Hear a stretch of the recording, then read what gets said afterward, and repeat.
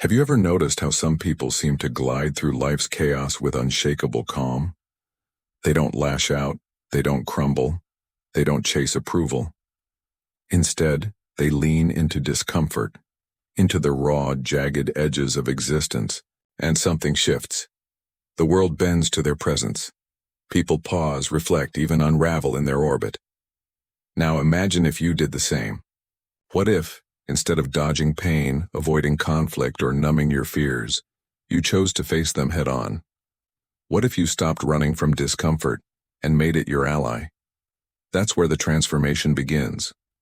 When you stop fleeing from the hard moments, the awkward silences, the stinging critiques, the inner doubts, the rules of your life change.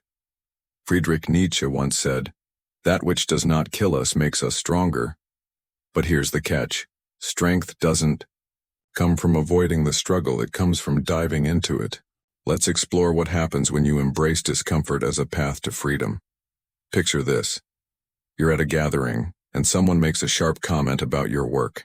Your instinct is to defend, to explain, to smooth things over. But what if you didn't? What if you let the comment hang in the air, smiled, and moved on? Suddenly the room feels different. The critic squirms, others notice, and you're untouched. That's the power of embracing discomfort. Most of us are wired to avoid it. We apologize when we don't need to, over-explain to keep the peace, or distract ourselves with endless scrolling to dodge our thoughts. But every time you sidestep discomfort, you hand over a piece of your power. You let the world dictate your inner state. Jean-Paul Sartre, the existentialist philosopher, argued that we are condemned to be free, meaning every choice we make defines who we are. So when you choose to avoid discomfort, you're choosing a smaller version of yourself. Now let's be real. Embracing discomfort doesn't mean seeking out pain for no reason. It's not about being reckless or masochistic. It's about recognizing that growth lives in the moments that scare you, challenge you, or make you want to run. Think about the last time you had a tough conversation, one you dreaded. Maybe it was telling a friend they hurt you or asking for a raise at work. Your heart raced, your palms sweated, but when you pushed through, didn't something shift? Maybe the outcome wasn't perfect, but you felt lighter, stronger, like you'd reclaimed a piece of yourself. That's what the Stoics, like Marcus Aurelius, understood. They taught that discomfort is a teacher. You have power over your mind, not outside events, Marcus wrote. When you lean into the hard moments, you stop being a puppet to external forces. But why is this so hard? Why do we flinch from discomfort like it's a threat to our survival? The answer lies in how we're wired. From childhood, we're taught to seek comfort, to fit in, to avoid rocking the boat. We learn that saying yes keeps people happy, that staying quiet avoids conflict, that numbing pain with distractions, food, TV, social media, feels safer. But here's a truth no one tells you. Comfort is a cage. The more you chase it, the more you lose touch with who you are. Sartre called this bad faith, living in denial of your freedom, pretending you have no choice but to follow the script others write for you. Every time you avoid a hard truth, dodge a tough decision, or suppress your real feelings, you're living in bad faith. You're abandoning yourself. Let's pause for a moment. Think about your life right now. What's one thing you're avoiding because it feels too uncomfortable? Maybe it's a conversation you need to have, a habit you need to break, or a dream you're too scared to chase. Whatever it is, that discomfort is a signal. It's not a barrier. It's a doorway. Nietzsche believed that life is about becoming who you are, a process he called amor fati, or love of fate. It's about embracing every moment, even the painful ones, as necessary for your growth. When you avoid discomfort, you're saying no to that process. You're saying no to your own potential. So what happens when you stop running? When you face the awkward, the painful, the uncertain? The world doesn't fall apart. Instead, it starts to realign. People who relied on your compliance begin to falter.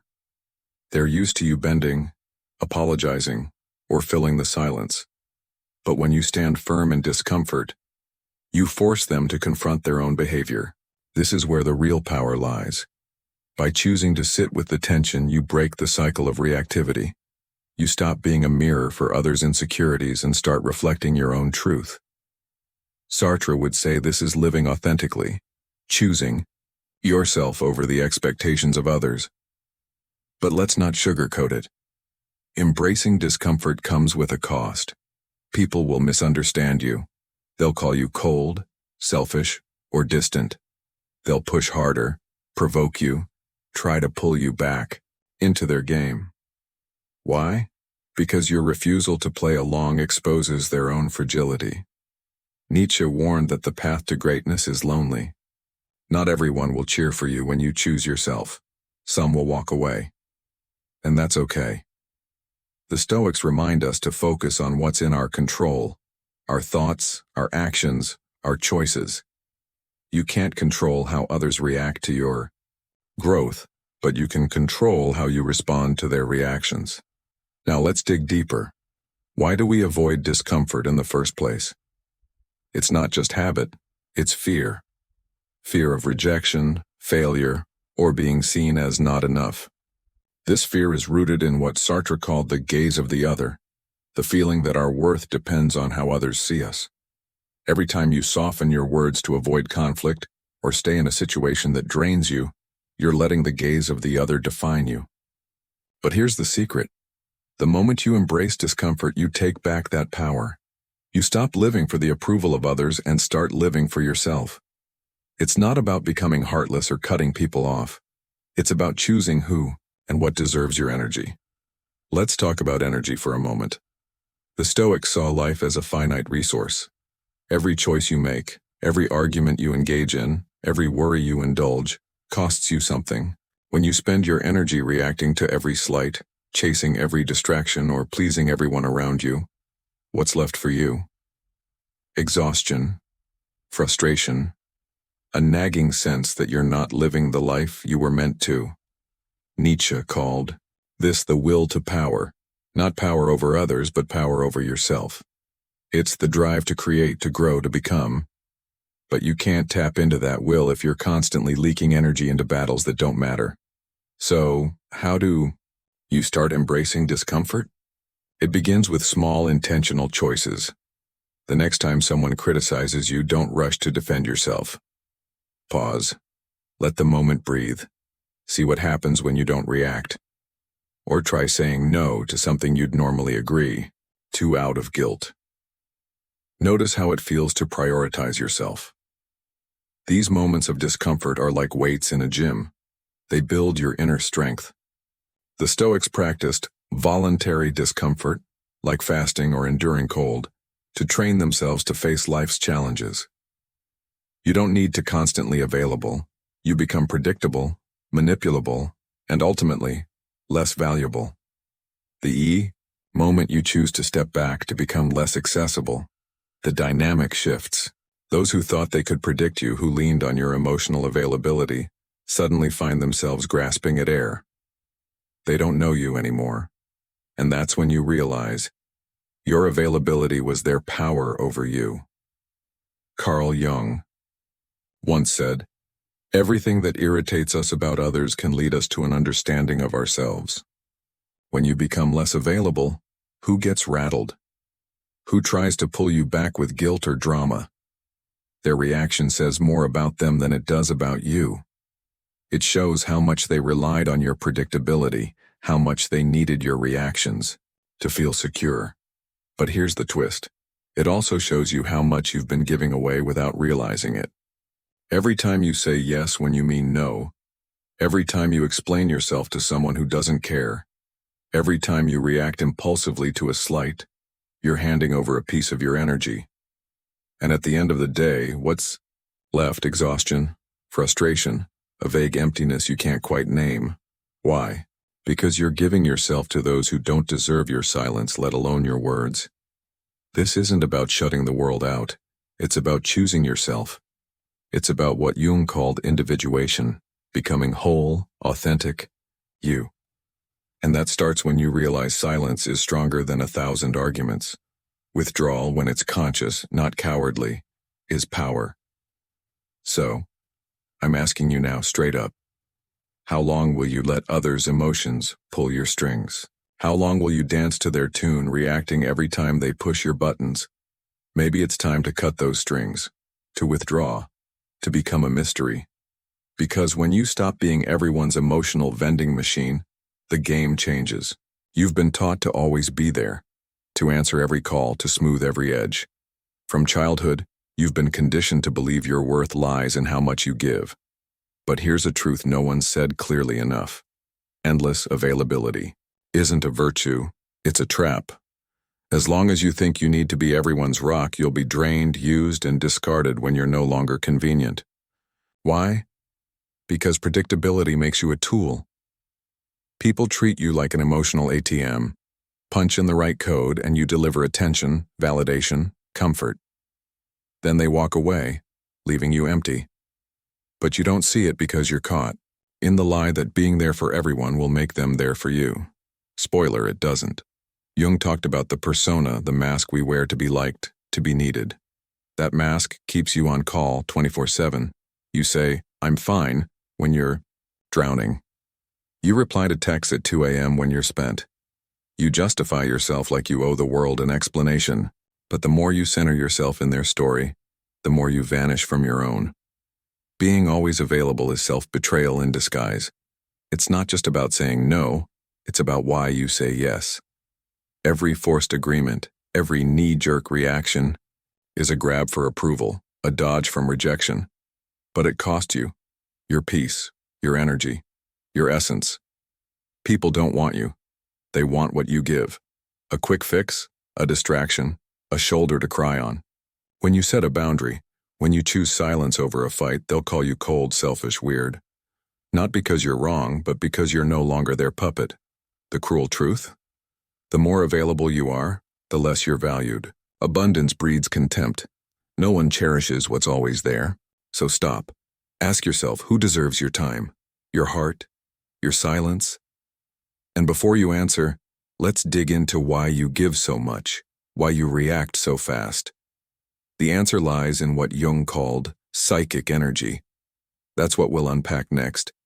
Because your energy is your lifeblood, and if you don't guard it, someone else will claim it.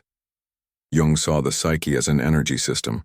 Every thought, every emotion, every reaction burns a piece of you. Are you choosing where that energy goes, or is the world choosing for you? Every time you snap back at a jab, argue with someone who doesn't listen, or chase approval from those who don't care, you're leaking power. Jung said, what you resist persists. The more you fight pointless battles, the more you're trapped. People who live drained aren't weak. They're misdirected. And exhaustion makes you prey. Manipulators, energy vampires, they sense it. They know you'll jump at every trigger, try to fix every mess, and they feed on it. Jung believed a healthy psyche holds energy within, like a dam holding water. It's saying no without guilt, staying silent without shame, watching before acting. True power isn't in reacting, it's in choosing when to engage. How many nights have you lost to replaying arguments in your head? How many hours spent decoding someone's cruelty? That's energy stolen, feeding ghosts that should have been buried. Guard your psychic energy, and you'll walk into a room and own it without a word. Lose it, and you're a shadow, reactive, fragile, invisible. Now let's get darker. You think you're in control, that your reactions are yours. But most are scripted, programmed by years of conditioning. And those who get it? They play you like a fiddle. Manipulators don't need to yell or threaten. They just push your buttons, and you deliver. Jung called this projection. People dump their baggage on you. And the more available you are, the more you're their canvas. That friend who only calls when they're spiraling, that colleague who leans on you but never lifts you up. They're not connecting with you. They're using the version of you they've cast in their story. Why do you play along? Fear. Fear. Of letting them down, of losing them, of being too much. But manipulation isn't loud, it's quiet, creeping, cloaked in guilt. They don't control you directly, they just need you to keep reacting the same way. Stop reacting and their game collapses. Silence shatters their script. They'll push harder, accuse you, but that's just them scrambling as their mirror. You stops reflecting. The world's loud. Everyone's shouting, proving points, chasing likes. But there's a power few grasp. Silence. Not weak, passive silence, but sharp, deliberate, alive silence. Jung saw it as fertile soil for transformation. When you stop reacting, you start seeing patterns, traps, your own weak spots. Silence isn't absence, it's presence amplified.